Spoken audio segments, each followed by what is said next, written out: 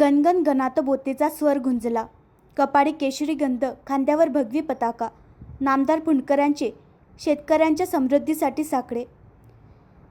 शेगाव.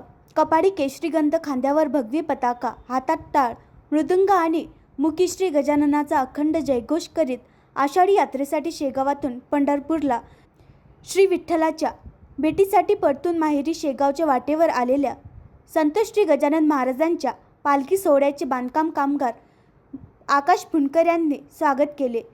विदर्भाची पंढरी म्हणून शेगावची संत गजानन महाराजांची ओळख आहे. श्रींची पालखी आषाढी एकादशी निमित्त पंढरपूरला जाते. ही पालखी परतीच्या प्रवासावर असून खामगाव येथे शेवटचं मुक्काम झाल्यानंतर पालखीचे पहाटे शेगावकडे म्हणजेच माहेरी प्रस्थान होते. यावेळी राज्यभरातील भाविकांची गर्दी होती. पालखीसोबत लाखो भाविक शेगावला जातात. दरम्यान शेगाव रोडवरील सिद्धिविनायक टेक्निकल कॅम्पस येथे कामगार मंत्री ॲडव्होकेट आकाश पुणकर यांनी वारकऱ्यांसह पालखीवर पुष्प टाकून स्वागत केले. तमाम जनतेच्या आयुष्यात सुख समृद्धी लाभू द्या. राज्यासह राज्यातील शेतकऱ्यांवर कुठलेही संकट येऊ देऊ नका, अशी प्रार्थना मंत्री आकाश पुणकर यांनी यावेळी केली. गणगण गणात बोतेच्या अखंड जयघोषाने परिसर दणाणून गेला होता.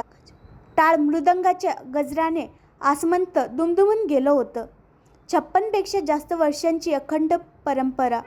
संत गजानन महाराज यांच्या पालखी सोहळ्याला 56 पेक्षा अधिक वर्षाची अखंड परंपरा आहे. शेगावच्या श्री गजानन महाराजांच्या पालखी सोहळ्यात एकूण 700 वारकऱ्यांचा समावेश असतो. आता तो वाढला आहे.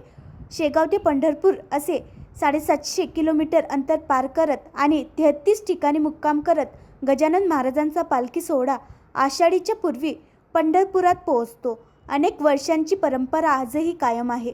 भगवी पताका अखंड खांद्यावरच गजानन महाराजांच्या दिंडी सोहळ्यातील सेवेकरांनी संपूर्ण वारी मार्गावर फक्त आणि फक्त हरिनामाचा गजर करण्याचा वर्षानुवर्ष दंडक आहे. वारकरी पताका घेतलेल्या सेवेकऱ्यांकडून भगवी पताका जमिनीला लागत नाही, याची पुरेपूर काळजी घेण्याचा नियम आहे. आणखी नवीन व्हिडिओ पाहण्यासाठी आमच्या देशमुख एक्सप्रेस न्यूज चॅनलला सबस्क्राईब करा, लाईक करा आणि शेअर करा.